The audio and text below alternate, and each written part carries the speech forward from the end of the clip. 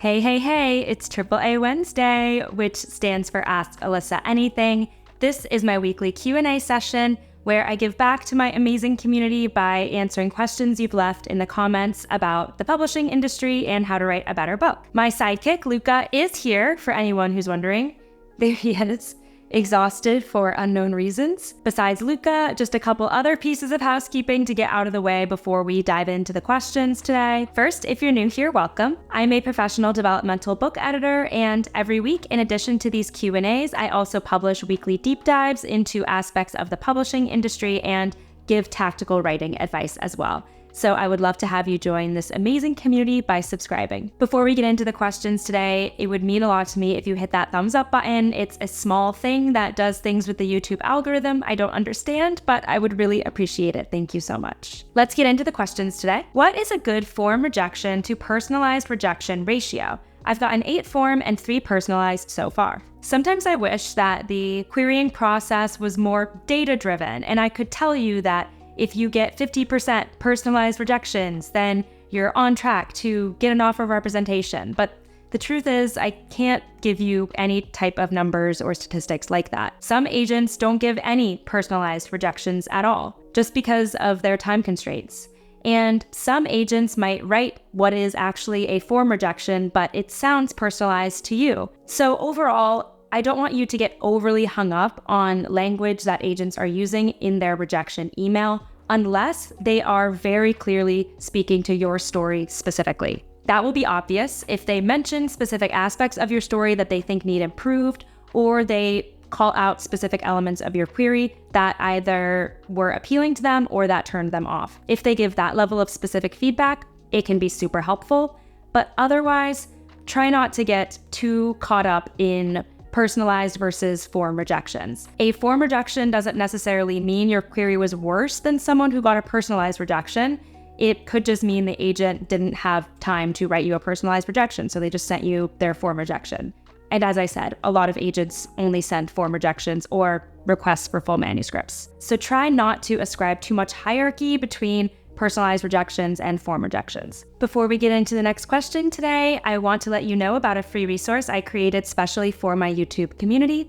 The link is in the description below to download my free story self-assessment worksheet. And if you have a current work in progress but are stuck and not sure where to take it from here, it is the perfect step to take. It's a fun, simple quiz designed to illuminate things in your manuscript that you might not have seen for yourself and guide you on what revisions you could do. Downloading that is going to opt you into my newsletter, Chapter Break. I am so excited to be growing this newsletter. I'm getting feedback from many of you that you're enjoying my interviews with publishing industry professionals and published authors. So I'm going to keep it going, and I'm really excited to bring you new interviewees every other week. If you want to go straight to the newsletter, the link is also in the description. Here's the next question. Hi, Alyssa. You and others have said if a literary agent asks for money up front in exchange for your query or a pitch, it is a scam.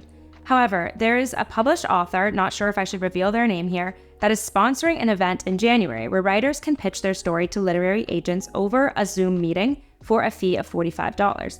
I am interested in this, but concerned it could be a scam, although the fact that a published author is sponsoring it suggests it could be legit. This is a great question because it is very important for us to differentiate between a literary agent scam and a writing event that involves literary agent pitching. In a literary agency scam, someone would likely reach out to you claiming to be a literary agent and asking money to either consider your book for publication or asking for money to pitch it to publishing houses. That is not how a literary agent representation works, because agents earn their money on commission once they make you a book deal. So if an agent is asking for money for you to work with them in a professional capacity, that is a scam. However, what you brought up, which is an event where literary agents are there and potentially hearing query pitches, that is a different matter entirely. And there are many writing conferences and online events that include agent pitches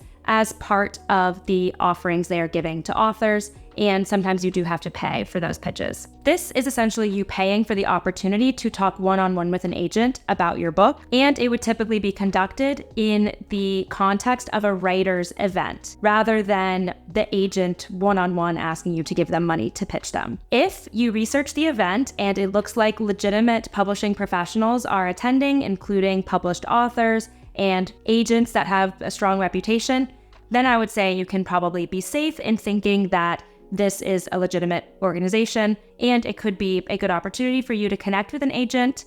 It's not guaranteed, of course, that you're going to get representation from this event, but it is a possibility to open doors. We have time for one more question today. Women's fiction as a term is unpopular now, but my novel is likely to be of interest to women, but it's not chick lit. I'm even having trouble finding a developmental editor who lists women's fiction as an interest.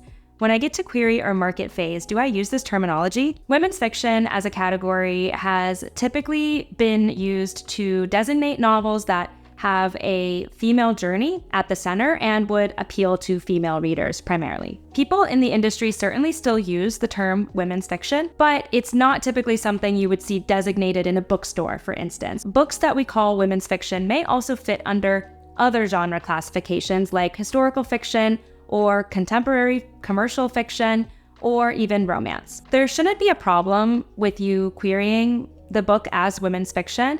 Certainly, many authors still reach out to agents with that terminology, but if you feel that term doesn't match your story, then consider one of those other genre classifications, particularly historical fiction, or you could possibly query it as commercial or upmarket contemporary fiction. That will still give the agent a sense of the genre without it specifically designated as women's fiction if you don't feel that that's quite doing it justice. That's all we had time for today. If you have a question you'd like to ask, drop it in the comments here and it will be added to my queue for my next session. If you're enjoying these Q&As, it would mean a lot to me if you hit that thumbs up button like I mentioned.